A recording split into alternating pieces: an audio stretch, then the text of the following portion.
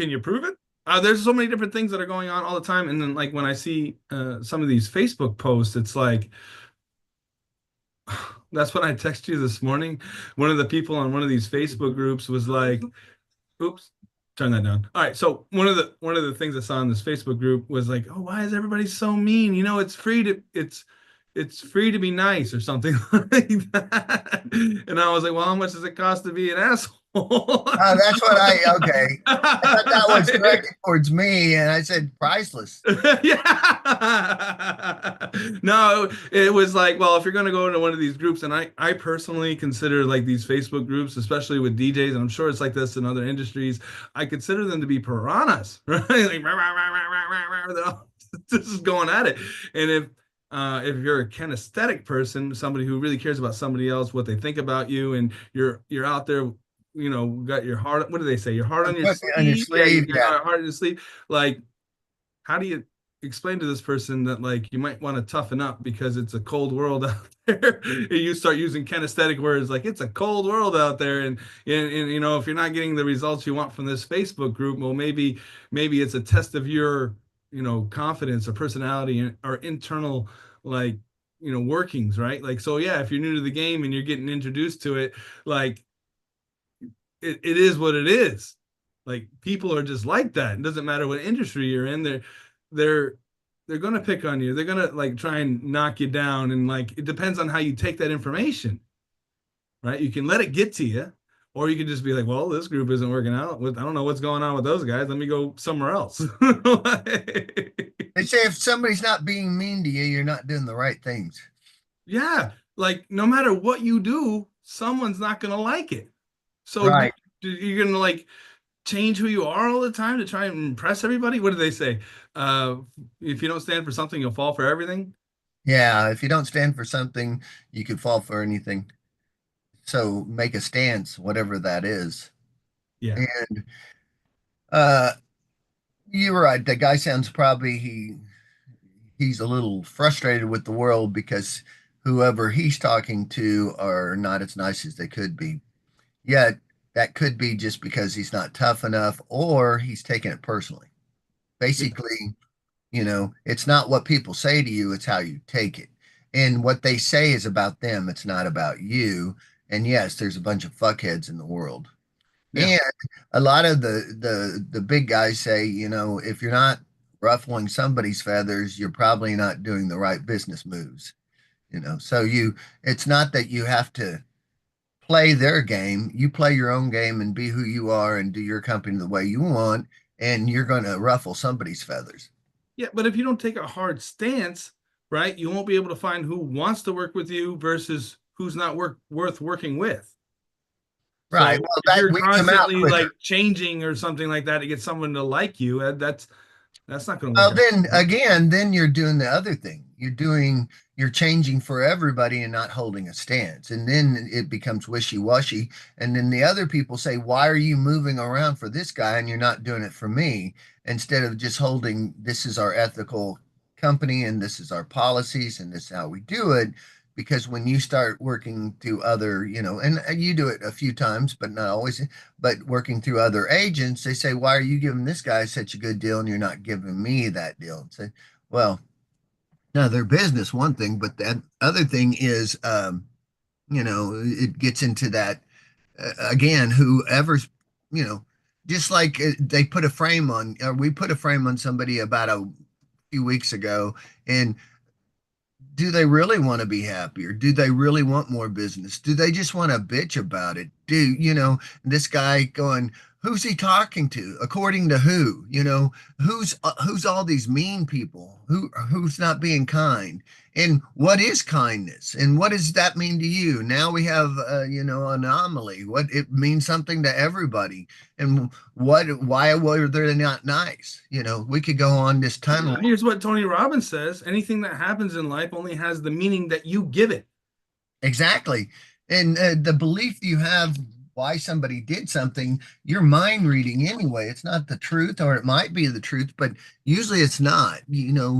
Again, well, a good exercise is look at what you think, what they would think, and a bird on the wall would think, and then you get better perspective. Well, you kind of just glanced over that. So what he said, you could spend a whole week just going over it. Right, Like, so because what you all we're think doing is is, breaking it down with NLP, basically according to who compared to what and everything. It's even is it priceless or is it, why is everybody? See, because it's not a universal qualifier. Everybody's not a piece of shit out there. And even the people who are being a piece of shit to him, but some people might even not think it's being a piece of shit. They're just holding their ground saying, if you don't want to work with me, I'm not coming down. Why won't you come down? yeah, you're Because just being difficult. Like if you don't have the money for what it takes, the time for me to do this something, then other like, person comes down for me. Why yeah, won't you? it's going to cost this amount of money to be able to do that. And if it's not within your budget, I understand you don't have to go with me. Yet at the same time, it's going to take a lot of time, money, and energy for me to make something happen. And if you don't have the coin, I mean, that's fine. Like, I'd rather go do something else. And maybe not everybody's at that position at the moment and you're working to get there. But once you've dealt with enough people that, want to take advantage of you, you just put your foot in the ground and be like, hey, look, I may have been able to do things in the past at a certain price. It's just getting too busy. And the way that I, weed out, things that aren't worth my time, I just got to raise my price a little bit. And it comes into that as well. Right. It all depends on where you are and in your journey, and even when you're starting out, you can have been like, well, I know I was this price at this time. It's just not the same way anymore because of how hard I've worked to get to where I'm at. And it's not being conceited. It's just, well, how are you going to get to the next level if someone's always marking you down or keeping you where you're at, right? So there was one client that we had that we went out there for $800, and then they came back and they were like, "Oh yeah, you did so good. How about $700 this time?" And it was like, well, how do I give my people a raise? And then these people are up on stage. I built this. I bought that. What from? Just taking advantage of people? Like, is that how you want to run your business? Don't you want win-win situations for everybody? And then somebody else on the other side could say, well, it must be working if you did it. Okay, well, there's that as well. And then you have to decide whether or not that works for you or not. I wanted to get back to this book. Subjective. So, with all this madness going on, I read this book like a year ago, and then I went back over it. And I've been going back over it over the last couple of weeks because this guy, for those of you that may not know, his name is Michael Franzese, and he's like one of the only people to get out of the mafia and then talk about in the life and how he was able to make. He says he's one of the top earners that ever was in the mafia. He made $6 to $8 million a week. Now, if you can imagine for a moment running a business that made $6 to $8 million a week on top of being in the mafia, like he explains in one of the earlier chapters that you got to have eyes in the back of your head. And if in mafia people already have that because of, you could get taken out by your own friend and not even know it, right? It just happens because they have eyes in the back of their head. And on top of that, he ran a very successful business. So I take what this guy says and listen to it. I've had DJs that want to, oh, just send me a contract, just do this. And I'm like, nah, man, we got to do a sit down. And he's like, what are you talking about? We got to do a sit down. This guy right here did like 5 sit downs a week minimum. And why is it important? Because you want to build that relationship. You want to build that trust. You want to make sure that you're on the same page. You want to see somebody else's body language. You want to know if they're saying what they mean. You're not going to get that in a text message. You're not going to get that as much on a phone call. You may hear inflections of voice, but at the same time, is somebody lying to you? Is somebody telling the truth? Do they really want win-win situations? And you do that with sit downs. And there's so many things in this book that he talks about how, and if you think mob life is all about just beating people over the head with a crowbar, no, they had to do a lot of things inside the office. And then he also explains how many ties they had with legitimate companies because of what they did outside of other racketeering things that they did. So they had their hands in everything. I think he said it was like just mafia illegal business was like 50 billion, and that didn't even include all the legal businesses they had. So if there's anything to learn about getting to the next level, this guy has a lot to say. Thank you, Michael Franchise. And again, sit downs are super important. Like, I wouldn't just bring somebody onto the team until I've sat down with them and we've had, wings or something like that, just to find out, where they are, because people will say different things to you. And then in your mind, you have to like calculate if it lines up. Are they saying the same thing that they mean? and it comes with practice. If one person acts a certain way, you can bet the next person that acts in a similar way will have similar outcome. And that's one of the things we teach inside of NLP is that when you talk, it's connected to your thought process. And if somebody else is talking the similar way, and if you could pick up on those patterns, then you can kind of predict, what their next actions will be. He was talking about trust in one of these books. Like, so he got picked up on a federal indictment, and there was 5 or 6 other people that got swiped up at the same time. And then he had somebody that was so loyal to him that he was upset that he didn't get picked up as well. He's like, "Hey man, I feel bad that I got left out of that federal indictment pickup." And he's like, "That's trust you just can't buy." And what kind of people do you want around you when you're growing your company? There's a question to think about. Well, I would throw that thing, it's loyalty, loyalty, loyalty, loyalty.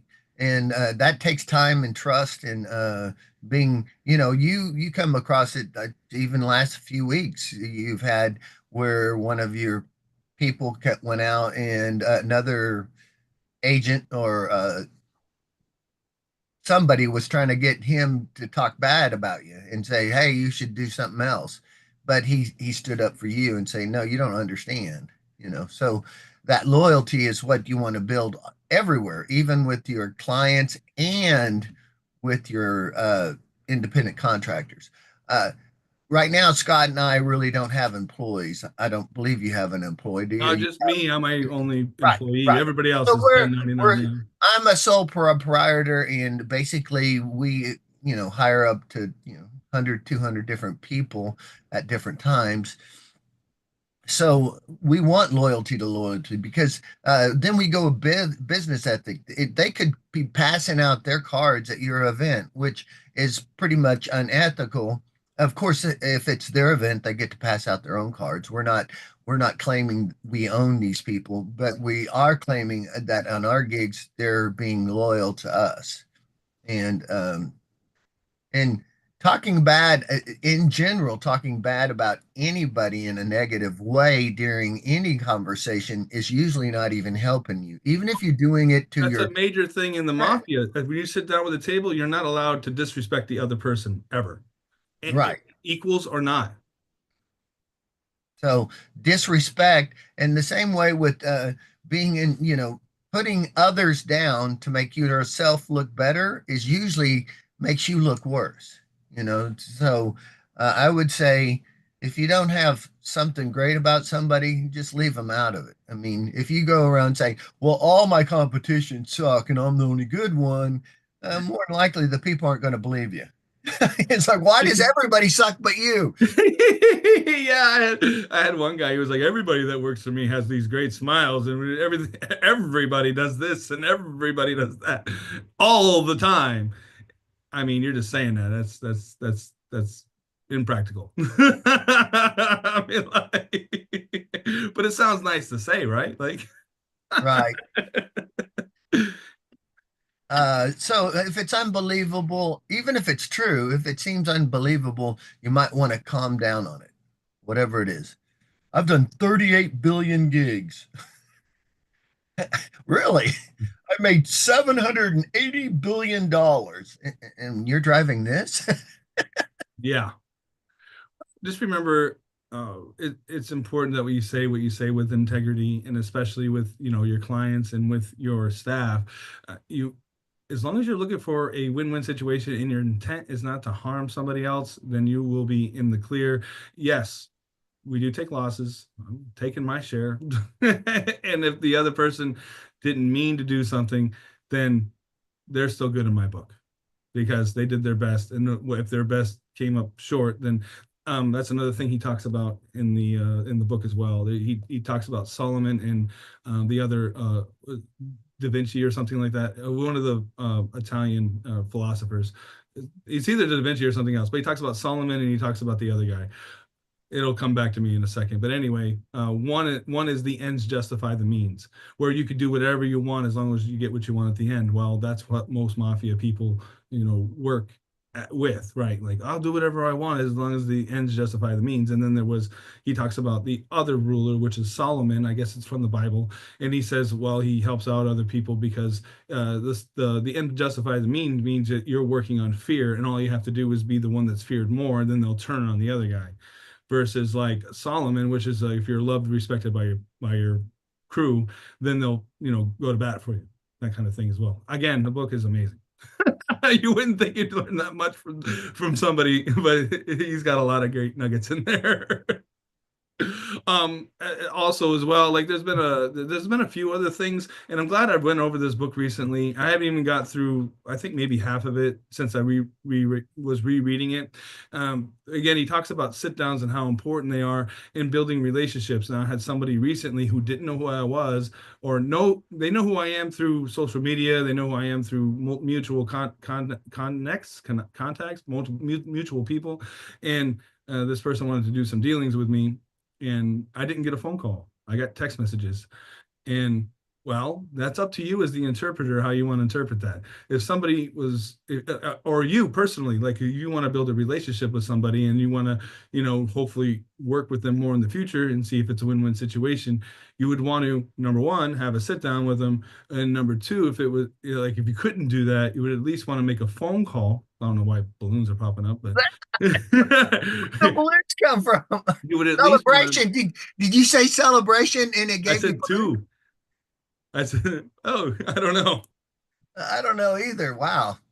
But anyway, maybe it's old school thinking, but you would definitely want to make a phone call with somebody, say, hey, look, I don't know you that well.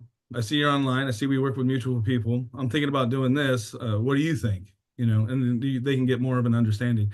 And yet, all I got was text messages. And well, up to me as the interpreter, I can take that any way that I want. And I wouldn't want to leave that to chance if it was me on the other end wanting to create a relationship with somebody else, right? So I would call them up and say, hey, look, man, this is what I'm looking to do.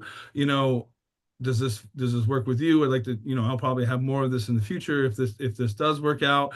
And that relationship would have been built.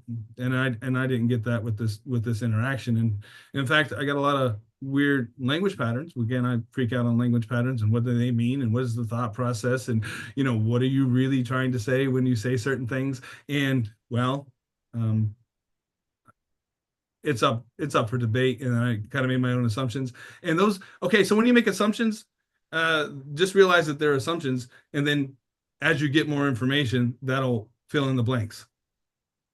And with the knowledge that I have of how people think and language patterns and NLP and all this stuff, I run to assumptions that are generally pretty close in the ballpark.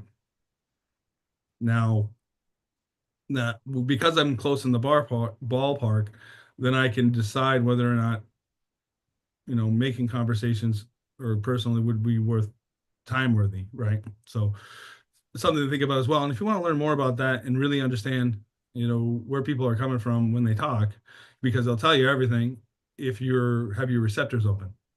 So just learning to open up those receptors is like key, especially in business and friendships, relationships, and any in life, right? So we call it emotional intelligence. And I didn't think it would be as powerful as it is, but it actually got me out of a really closed loop and frustrated with life. And I didn't understand a lot of things and why people would put frames on me and I would just go along with it, not realizing they were just frames. And then what did that mean to break free? What did that mean to win an argument? Do you really want to win an argument, or you just want to walk away from it? Like, what does all that mean? And you would only want to engage if you were going to get a benefit out of it, or would it be worth more to walk away, because you're not going to be able to change somebody else's thinking. I tried to do that. Like I tried to get a narcissist to try and see my side of the things, and it just kept turning into, what do I call it? The thing where you cut off the head and then two more grow back. So That snake thing. I don't yeah, know. so yeah, so I stopped doing that because I was just wearing myself out, and then it took me, I don't know, years to realize that that's what was happening. Yet there was enough money involved at that time for me to accept it or just cope with it or be all right. So something to think about. Well, with that said, I think choose your battles a lot of times because when you go into a situation where it's not going to be a win-win situation and you know it, and all you're going to do is argue, even if you believe they're right or you believe you're right, they're wrong, whatever. Sometimes it's not to not hold your ground for where you believe, but yet if you're just going to go in and try to change somebody, like you said, it's not really going to happen. The only two times you can change people is if you have leverage over them. That could be money or whatever Or in leverage the mafia. or the mafia. I'll make you an offer you can't refuse. Right. Right. Or, or if they want to change, but you can't really change anyone if they're not willing to change unless you do have that leverage or if you have that cookie, what they want, and that's leverage over them. But, and sometimes it's not worth your time or effort to try to make somebody believe what you believe. It doesn't matter most of the time. I mean, it does with the people you're working with in a close circle of your company because you need to have that loyalty and trust. That's where I'm saying you need to be able to know that they're not being unethical at your events. They're doing their best job. They're showing up. And on your side, you're paying them as quick as you can on time and making sure they have all the information they need to do in a good event. Now, either one could drop the ball a little. And what we do there is most people's not going to forget almost anything. It's just like a friggin' elephant. Okay. So if you they think you tagged them, they're gonna always, you might be able to get uh forgiveness from someone. I remember the other day when I was telling you about uh the person nailed into the Oh every yeah, get I was getting there angry. for. Yeah, so every time you get angry, you go out and you hammer a nail into your fence. And then after a while, you get sick and tired of nailing this thing. And it's like, oh, I don't need to get angry about that. I don't need to get. And pretty soon, you're not getting angry as much. And then when you find that, every time you find yourself stopping yourself from getting angry, go out and pull a nail out of the fence. Now, you pulled it out, and after a while, all the nails are gone. But when you go back out to the fence, you can tell where all the knots are, where you put those in. So being mean or being anything, people will remember. They might forgive you, but they're going to remember. So when in anything, and not being scarcity yet, holding your ground, but if you don't have to tag somebody or hurt somebody, why do it? I mean, we were talking about that earlier. Somebody says, why can't you be nice to everyone? But that's a frame. Again, we're framing people. Or if, I might believe you've been mean to me, and you might think I was the nicest guy ever. I could have said so much stuff, and I could have had my little heart on my shoulder going, oh, going home crying. Oh, Scott was so mean to me.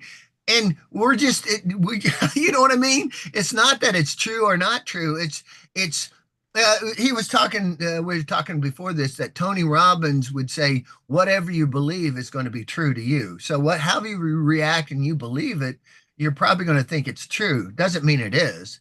Everybody's got this belief, and you can change a belief in a second. So we that's almost everything that comes out of your mouth is a belief. Doesn't mean it's true or not true. So figure out where you're at on that. The other thing about going into negotiations, if you can find a win-win situation, I believe it's the best way. And if you go too far either way, then that's where the trouble comes. And there you have And then you're having it. Yeah, guys, it's so I had a call recently, a couple days ago. Someone called me up and they said, "I want to make an impact." And I was like, "Okay, what does that mean?" Well, it means when I die and get buried, people are going to remember me. Okay, well, what do you want to do? I want to make an impact. I'm like, well, you could go to like a homeless shelter and then feed food to somebody who's homeless, and that'll make an impact. No, no, that's not what I mean. Okay, well, can we get clear on that vision? Like, what does that entail? I mean, just making an impact could be anything. So at the time, I don't think this person realized that you had to help somebody else get to another level in order to make an impact. You know what I mean? Like if you're not helping somebody else, why would they care about you? What that that would that making an impact, right? you, I talk to DJs and stuff. You're just on stage, and you're just you're playing music, which is its own talent in itself. But most of these club gigs, they just have somebody else next week and no one would know the difference. Is that really making an impact in somebody else's life? Yet at the same time, that's what you do for a living. So, well, how could you change how you look at that to make an impact? Now, the only way that I thought of at the moment, because I had a few drinks, was that like you could help somebody out and teach them how you get gigs, or and then also because I consider DJs to be piranhas. They're just going to take it and run. Yet that's how you find out who the good people are and who the bad people are. And if somebody is taking advantage of you, then you know not to hang out with that person anymore. But you won't be able to find the people that are worth your time if you're not spending the time to help out anybody, right? So that's kind of a catch-22. And if you want to make an impact and if you want to be remembered, pass on knowledge, help somebody get somewhere else. And it doesn't always have to be monetarily. I mean, anybody could go through any of these videos that we have and take lots of nuggets from all the material that we have. And if you want to learn more and get more personalized, I mean, we're here for you. But at the same time, oh yeah, there's another thing. This person said but constantly. Constantly. And I was like, every time you say but, I gotta go over there and slap you. So for those of you that don't may not understand language patterns on a certain level. If you say but, it's a downer, and if you say and, it's an upper. So every time you say the word but, replace it with and And then sometimes just throw this in, you want to say but, but but. but, and most of the time it's a lot less confrontational if you say and, because you're not, when you say but to somebody and a direct suggestion like that, you go, hey, but but this is what I believe. Instead of that, just listen to this, and this is what I believe. So I'm not necessarily saying you're wrong, and I'm not necessarily I'm wrong, and yet I'm giving you my point of view. But when I say but to you, just think about it. You're going, what? Because you get that little tag that you just said I was wrong. No, I said and. I didn't say but. You might have heard that because everybody else says that to you. But what I Yeah. said is and. So with that in mind, that parallels to a language pattern I was talking to with one of my DJs before we got on this call. I was like, well, have you ever heard of the feel, felt, found routine? And he had never heard of that. So I was like, well, let me explain it to you. So somebody comes to you and their information isn't correct, or isn't in line with what you're thinking. You could say something like, oh, I know you feel that way. A lot of people feel that way. I have even felt that way. So you use the word feel. I know you feel that way. Thank you for understanding, or thank you for explaining to me. And then you could say, well, I even felt that way at one point too. Yet, what we've come to understand and what we've found is that it works better this way. So you use feel, felt, found, and then it's not like put your guard up or anything. You just you took it, basically you're taking theirs basically down. Say, yes, you're right. And it's basically, yes, you're right. And so, yeah, I totally understand, how you feel right now. I mean, I felt the same way. Yeah, seriously, I felt the damn same way. And yet I'm telling you, after all said and done, even though we're more expensive, at the end, we're actually cheaper because you don't have to worry about this, and this. And we're guaranteed, if something goes wrong, we're going to fix it. So even those, the other guy is cheaper than we are, uh, you don't have to worry about us. We have backups. We're going to be there, everything. And sometimes it's cheaper to get the more expensive object because it's going to work. I mean, would you rather have a bike that has all spokes, but you get this other bike and it's half price, but half the spokes are gone and you hit a rock? or 1 month later it doesn't work anymore. Yeah, either way, that was just the fastest metaphor I could come up with. But basically, buying something that won't work, after it just breaks on you. Uh, How'd that work out for you? How'd that work out for you? Would you rather have a plastic bike or a metal bike? That's what I'm asking. Yeah, and again, it's all about how you're able to, look at a situation and just take the information as information. You don't have to get all worked up about it, right? Like, just understand you are where you are, and then what can you do about it? And sometimes you have to step back and just look at a bigger picture. Somebody may be coming to you with a certain, yeah, I know, I don't know what's going on with that. Yay. Somebody may be coming to you with a certain frame, and you understand your frame, and you just find the middle ground and then go to where it makes most sense. And I know that's easier said than done because there's, I don't know, we teach 16 different ways somebody could put a frame. And then it kind of up to you to realize where that is, and then you can counteract it.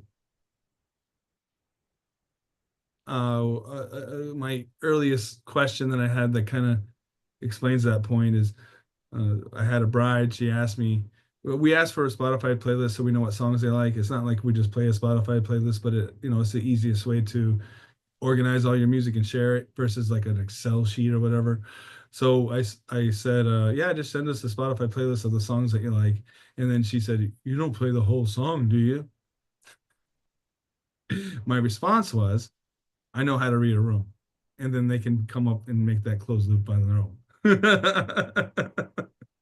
I didn't answer the question directly. I just said, I know what I'm doing. I've done it more times than you. And that also goes into the sales process. Like, are you teaching your leads what you do, or are you haggling? There's two different ways to do it. Like, this is the price. Well, can you come down? I don't even talk about price until the end. It's not even on my website, and that's like a huge debate amongst the DJ community. If you don't put your prices on your website, yeah, I'm like, well, are you kidding me? I had the biggest year ever, and I don't have any prices on my website. Like, it's because their follow-up game or how they present themselves isn't appropriate for it. So it's one of those needs, or they're one of those people that are so busy that like they have to put it there to like weed out people that they don't want to talk to. I recently had somebody hit me up on Instagram, and if you don't have an auto responder on Instagram, you should think about putting one there because this person was like, hey, I'm looking for an all-day event. We could feed you and I want to stick around $300. And the auto response just said, "Hey, look, if you want to talk to us, go to this link." So it's not really like wasting time, right? I just looked at it and I actually needed it for material for my next short video, right? Or we're talking about it now. So there's a lot of clutter, radio noise in the industry. Probably every industry, everybody's got like the best way, right? Like if you don't understand psychology and how it works, you'll just be chasing your tail. I think that's all we got for today. Okay. And again, I mean, just because he's a mob boss doesn't don't think he's got huge nuggets of information to share. Like just such a high level performance, $6 to $8 million a week for 10 years, 10, 12 years. I mean, how do you even in the mob? Like, how do you even live?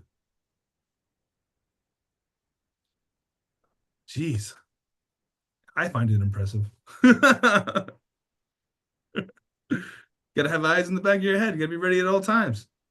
If you're a kinesthetic and you wear your feelings on your sleeve, you might want to think about changing how you look at the world. Maybe, depending on what your goals are. Right. Also, with that said, too, is understand what people say to you is about them and how you react is about you. So, if you could just stop taking everything so personal, especially for the people who carry it on your sleeve, you know, if somebody's yelling or being mad, that's about them.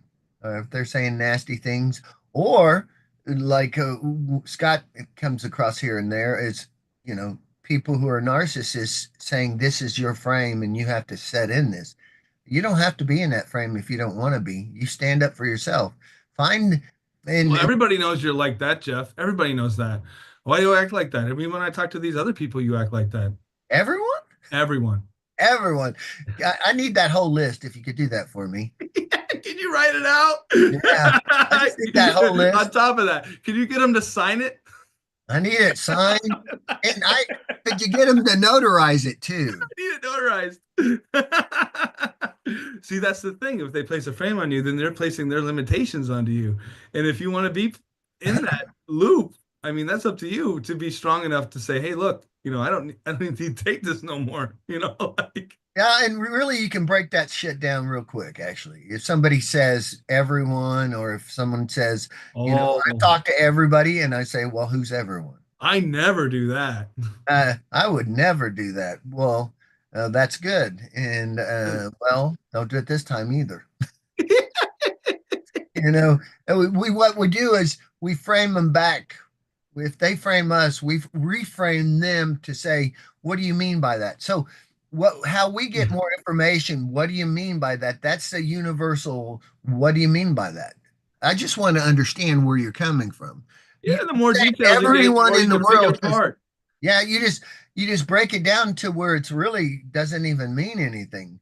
You're saying, well, everybody in the industry does this. Everyone, give me a few examples. Well, I do it that way. Well, you're one person. Give me somebody else. And When usually they don't really have a backup. And they might. They might say, well, I talked to John and Lisa and Fred, and that's what they said. And now that's three people out of, there's 300 million people in the US, and everybody, come on. my ex-boss used to say, "I'm doing all that I can for you." Well, name me five things. Yeah, what's all you can do?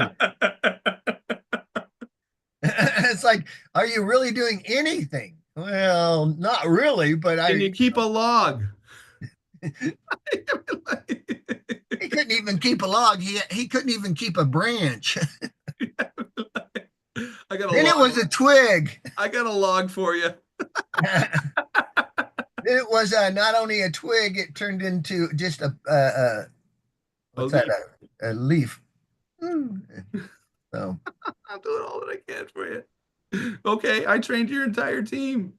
Match that. Alrighty,